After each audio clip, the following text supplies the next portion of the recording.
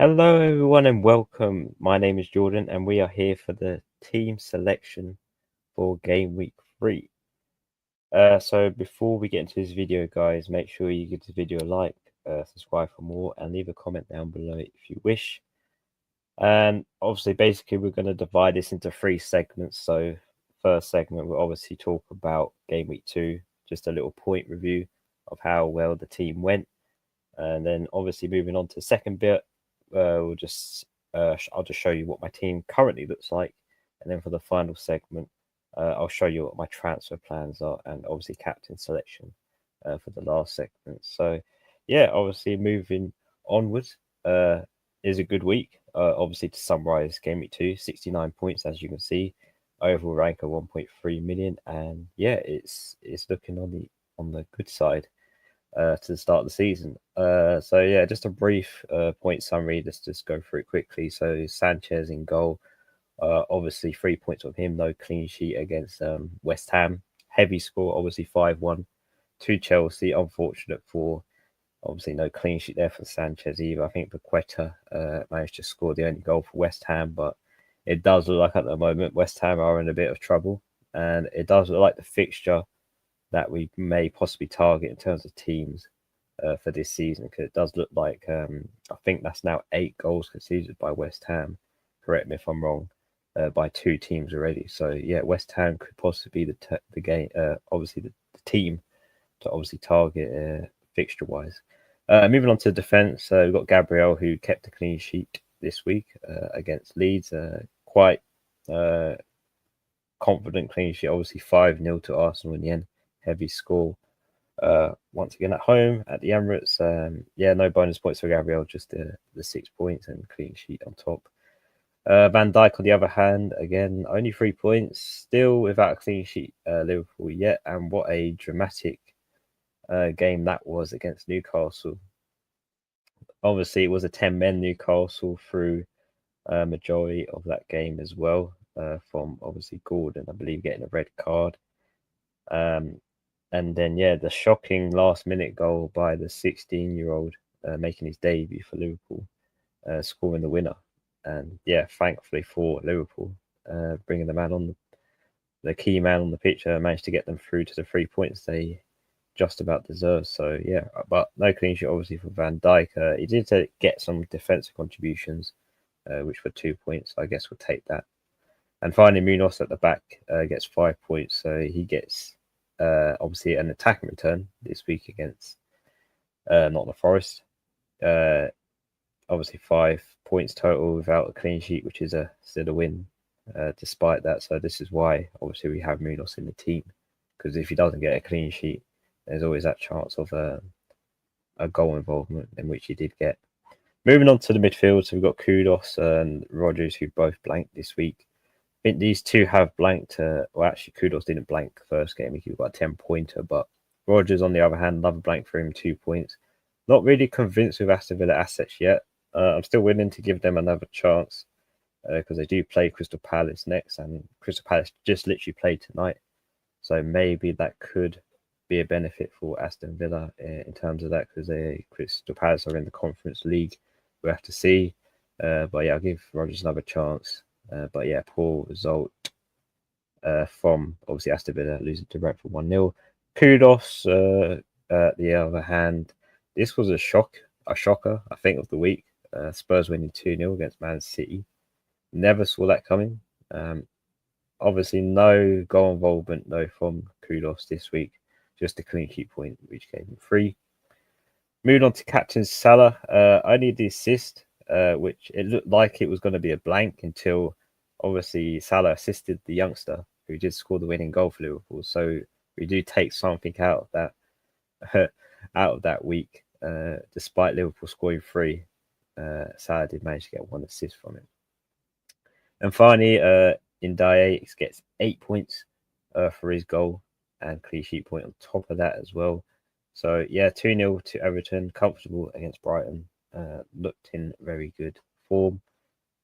Despite Brighton having, let's say, arguably more chances to score and possibly winning that game, Everton took their chances well, and yeah, managed to get it in the back of the net. So yeah, Interesting, obviously, fixture, but yeah, glad that my sort of differential, because Ndai is not that highly owned, did manage to score. And then finally, at the front three, two of them that I was disappointed with in the first game week have proven themselves. Obviously, this week, João Pedro and Gyökeres both getting double hauls. Obviously, starting off with João Pedro, a goal and an assist, and getting the full bonus points from the massive win against West Ham. And then obviously Gyökeres following that again with Arsenal, getting the 2 goals and getting the 2 bonus points too. So yeah, quite happy with both of those. And they've sort of decided, obviously in terms of my team, that they are definitely keepers, and they definitely have proved that this game week too. Although Bowen, on the other hand, here's the letdown. Obviously, in the forwards, getting 2 points, and yeah, he's already had a price drop. I don't know if he's had 2, but yeah, he is looking like a Bowen at this point now is not a great option to go with. It was really realistically for the first fixture at Sunderland, where he had disallowed goal, but he also did blank for that match as well. So yeah, Bowen will be a talking point later through this segment. Just quickly on the bench, there's not really any points apart from Van de Ven, who did get a clean sheet, obviously, against Man City, which I never saw coming, especially at the Etihad. So I'm kind of missing out on points on the bench there, but I don't think a lot of us played Van de Ven. And if so, well done if you did. So yeah, total 69 points, as I mentioned, and yeah, a great green arrow.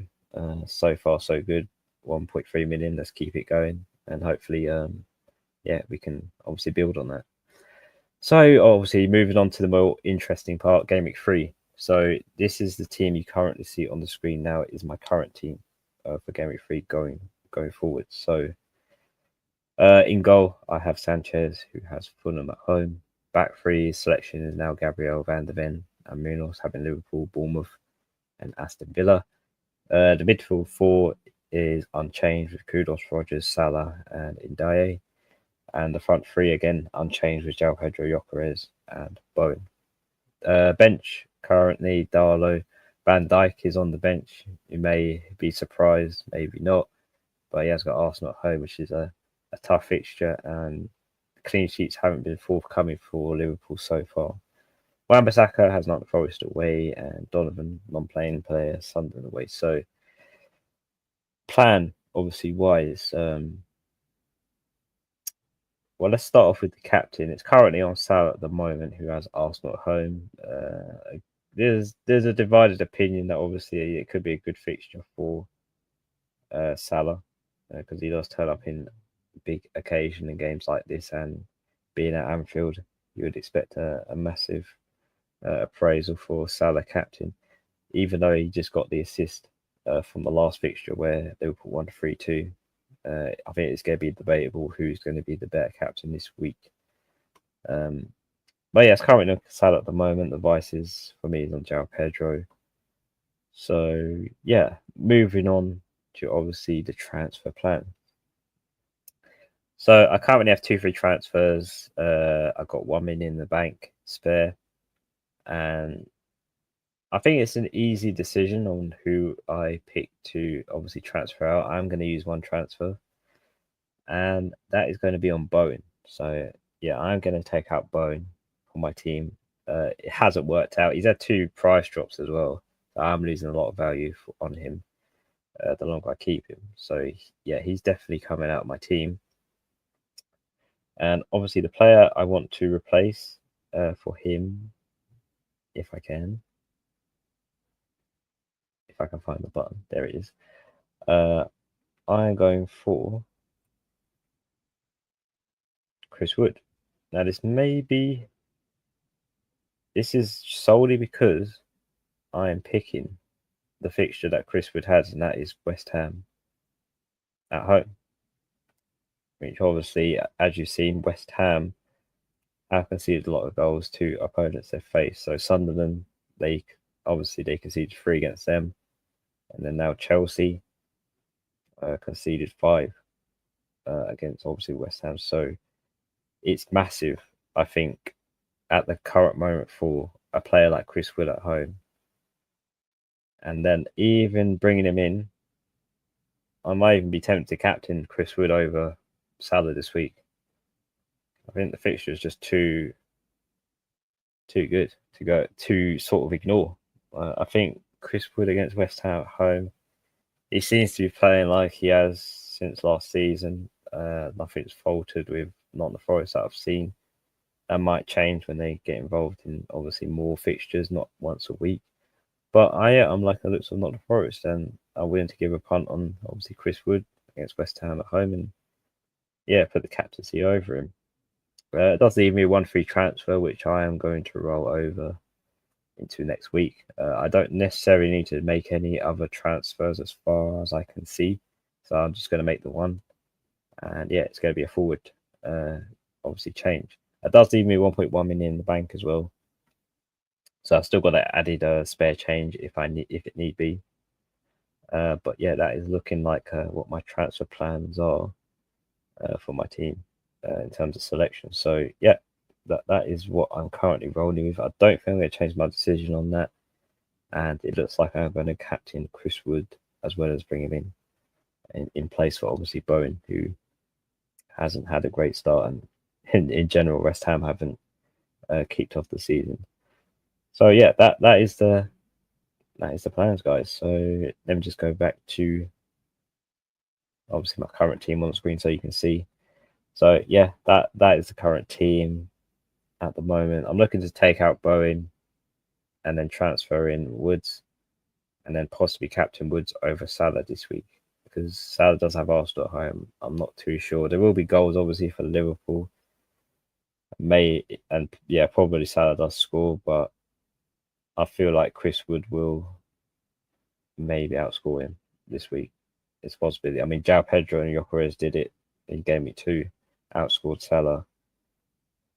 So I think Chris Wood will outscore Salah this week, because I think Arsenal at home, tough fixture, I think, and as well as I've liked the looks of Liverpool, sometimes obviously watching that game in Gameweek 2 left me with a little bit of doubt, not just for clean sheets but for obviously clinical wins, because they are fortunate to obviously get that win from that last minute goal to make it 3-2, so they could have easily drew that game. So that's current plans. Van Dijk is on the bench, reason being I don't see a clean sheet. I see Arsenal scoring, and I feel like Gabriel has more aerial threat than Van Dijk does as well, opportunity wise. I think Gabriel gets more of the headers than obviously Van Dijk will. Van der Ven obviously there, Bournemouth at home, and Munoz the attacking threat there too. So there's a lot of players I've put ahead for obviously Van Dijk, but he is on the first bench in case of anything happens. So that's the plan so far. Obviously there won't be a deadline stream, so you won't see obviously the plans, but I'm pretty sure those plans won't change for me. I'm definitely going to make those transfer come to the deadline. So, but I think that is pretty much it, guys. It's going to be a short one, obviously. It's just a brief explanation of my team and what my plans are for Gameweek 3, and hopefully it's another green arrow. But Gameweek 2 has been great. 69 points, my highest scoring week so far, and hopefully the rank is on the up, and we can break in to the top 1 mil, hopefully in Gameweek 3. But on that note, guys, I think that is it. I will wrap it up here. But thank you for watching. And for those who watch it on the replay, don't forget to like the video, subscribe, and leave a comment down below if you wish. And obviously, the deadline's on Saturday, so you'll see how I do obviously after that, after Gameweek 3's happened, and obviously you see the team selection for Gameweek 4. So until then, guys, take care. Obviously, enjoy your weekend, enjoy the football. Hopefully you get a green arrow as well. Good luck, and see you on the next team selection. Take care, guys.